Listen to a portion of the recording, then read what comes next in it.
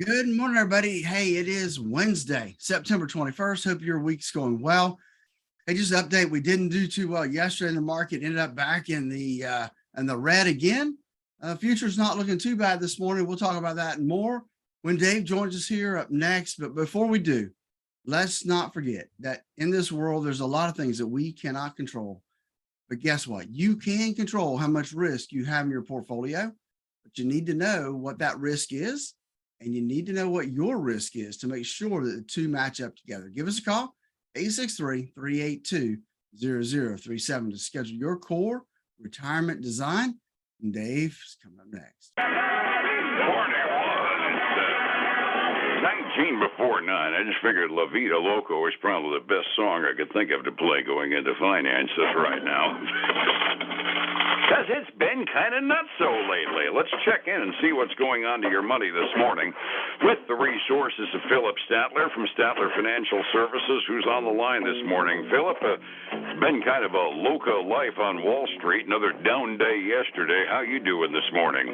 Hey, doing okay today, Dave. Halfway through the week, and what do we got? A week and a half before we hit the end of this quarter, and so we're really at the end of earnings season. Not much, a few things trickling out this morning, but I mean, pretty much we're done with earnings going in. But we do have one big thing coming out. I think later this week, maybe the GDP comes out. So that's right. Yeah, that's going to be a big deal. Is it going to be the third estimate or the second estimate for the that'll last be quarter? That'll be the final estimate for the quarter. Okay. And frankly, I'm not even looking forward to that right now because I keep hearing downward revisions being talked about. Setting the table, another off day yesterday. Everything was down by 1% or better for all intents and purposes. Dow was down by a full percent, down 313.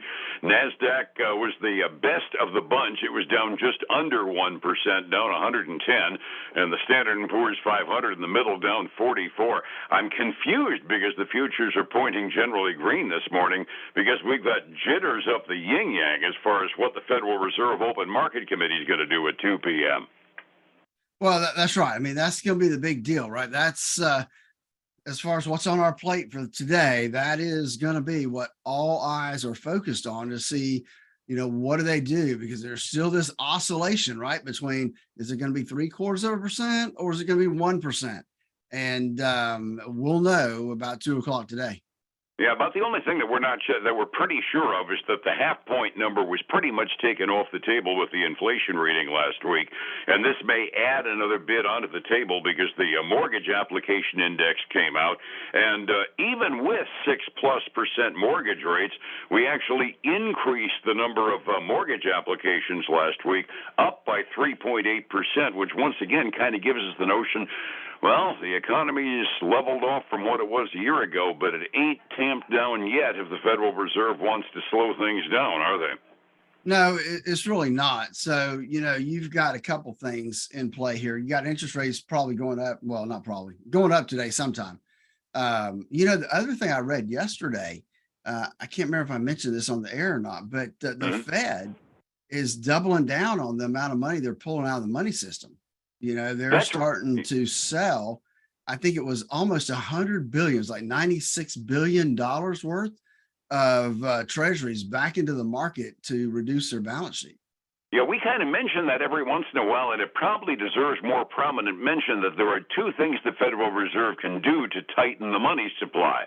One of them is the formal interest rate hike that we hear today. The other thing is all those bonds that they bought.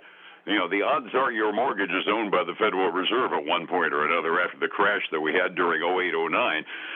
They start dumping those back onto the private market, which sops up demand and eats up money. So either way, we're tightening up the money supply by both of those actions. And after stopping buying them in March, now we're actually selling them, which is basically putting a mop and a broom to the floor of money supply. That's right. And so we continue to see that. And I found this part interesting too, Dave, that they said at the current rate, at 96 billion, whatever it was, that to get back to the pre-COVID balance sheet that the Fed had, it won't be until 2026. which kind of underscores what you and I were saying during the shutdown. We're buying bonds like drunken sailors, and we both kind of looked askance at the notion of when they basically ran out of mortgage and other bonds to buy when they started buying corporate bonds. They really have been going crazy, haven't they? They really have. They really Absolutely. have. So it's yeah. When we talk about interest rates, this is not just an academic pursuit. Got a figure here. People are turning to, prices are going up, and a lot of people, especially on the lower end of the socioeconomic scale, are ending up buying a lot of stuff on credit in order to be able to beat the bridge. Well, I've got some figures here. Turning to credit to bridge the inflation gap, 34% of whites say they have ended up using credit cards to cover essentials in the last 3 months. That number goes up to 54% of Hispanic population basis and 42% of blacks that have been using credit cards in order to bridge the inflation gap. All of those interest rates are going to uptick almost immediately after 2 p.m. this afternoon because those interest rates just pretty much are indexed right to that reference Federal Reserve rate. So the money it takes that we borrow in order to bridge the inflation gap is just going to get more expensive and nothing worse, not to mention what it's going to do to the federal interest payments as time goes on. Well, that's right. It really is, Dave. And ultimately, when those folks have to decide whether they need to buy food and fuel or pay their credit card, they're going to opt for food and fuel, right? So then that's when we'll start to see the default rates go up on credit cards. And when that happens, I think then you can figure that maybe we're getting close to the bottom. Oh, I don't really want to look for that as being an indicator of the bottom, but I fear you're right. And it does explain why on the a lot of the big banks and consumer super regionals, they were increasing their bad debt reserves on their quarterly reports that we saw this past earnings season. Yeah, that's right. Absolutely. You talked a little bit about mortgage applications, so I want to flip that to the housing market a little bit. We talked yesterday about housing starts and housing permits. Mm-hmm. And starts better than we expected, permits less than expected. But I read this article that said that prices have gone crazy the last 2 years, but the housing recession really shows no signs of stopping. The home builder confidence index fell to 46. That is the 9th straight drop in that rate. If you compare it to where it was a year ago, that same index rate was 76. So it's the lowest we've seen since May of 2014. And so it just shows you that we still are seeing pressure in that housing market.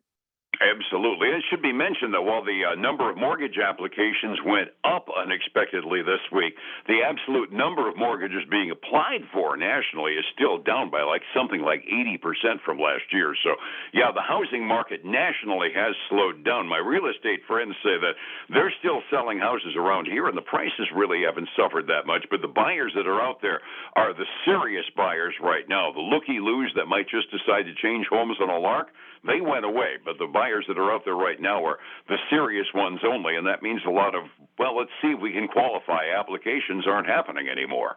That's right. That's right. We're getting to that point of, hey, I'm relocating. I got to find a place. What do I do? Yeah, pretty close to that. We do have a couple of reports coming out later on today that are just going to get buried in the 2 p.m. Federal Reserve decision. But I've got both existing home sales. I've got that slated for 10 this morning. I haven't heard. Let's see. Expectations are a 2.3% drop in existing home sales. Does that kind of square with what you've heard on the rumor mill? Yeah, it does. It's my expectation. I don't have a percentage, but I've got a dropping from 4.81 to 4.68 for this for the August number. So definitely will be down. I got you there. Other tidbits going on. We talked about it briefly yesterday morning. Ford kind of shocked the world by saying they had some issues on their revised guidance, and boy, did their stockholders pay yesterday during the day, didn't they? They did. I can't remember how long it's been since we've seen that kind of decline, but they were down over 12% yesterday. That doesn't happen in the automobile trade that much because that's a relatively predictable marketplace. So when you see 12% from one automaker, I got to assume GM is going to have a sector issue and follow that down. You would think so. I haven't had a chance to look at that yet, but if Ford's having that issue, then let's face it, all the automakers should be having the same issues. Absolutely. On a little bit of a flippant side, just because it needs to be mentioned, because we mention the stock all the time, the people that make Beyond Meat, they had to suspend their chief operating officer the other day. He got into a fight and bit somebody's nose off. Evidently, the people that run Beyond Meat are not all vegan, huh? Yes, not. So, not really having any effect on them today. They're actually up about 1% right now. But yeah, that is somewhat of an issue that kind of hit the news this week. It was mostly fun to make fun of because I've been making fun of about Beyond Meat now for eons. Resetting the table, down day yesterday. We're going to be kind of on hold to a certain extent, waiting for that interest rate decision from the Fed. 45 minutes before we open, I'm kind of surprised to see some green ink this morning, Philip. What are we looking at? Well, we do still have green ink across all the boards today. We got the Dow up almost 0.5%, the S&P 500 up 0.5%, the NASDAQ 100 up about 0.4%. The big winner right now is the Russell 2000 up a little over 0.75%. On the other side, we got silver up huge, man, 2.8%. And then we got gold up 0.75%. And crude oil is about where it was yesterday, Dave, but it's up 1.5% from its close at $85.25 a barrel. I'm almost getting used to the notion of the mid-80s being a good place to be. I could almost put up with that for a while if it had stayed there. World markets, the Asian Rim, by and large, off at the close at 6 a.m. this morning. Europe is looking at our futures and saying, hey, maybe they know something we don't. So they're up, not big time, but they're up across the board in Europe this afternoon.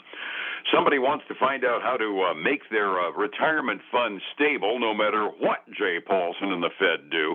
I need a little help. How do I find you to get that reading on my retirement plans?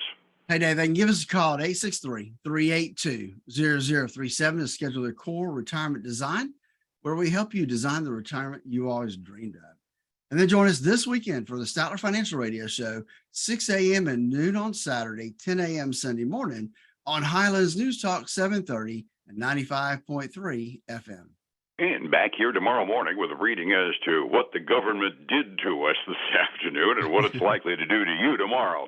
Philip, thank you so much. I'll see you then, all right? All right, man. Have a great day. Thank you. It's 105.7 Light FM and Statler Financial Services, Phillip Statler. Hey, folks, again, I want to thank you for joining us today.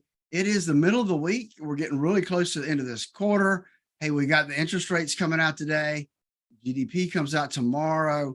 A lot of things happening as we get ready to close out this quarter. Stay tuned. Be with us again tomorrow. Until then, have a great day.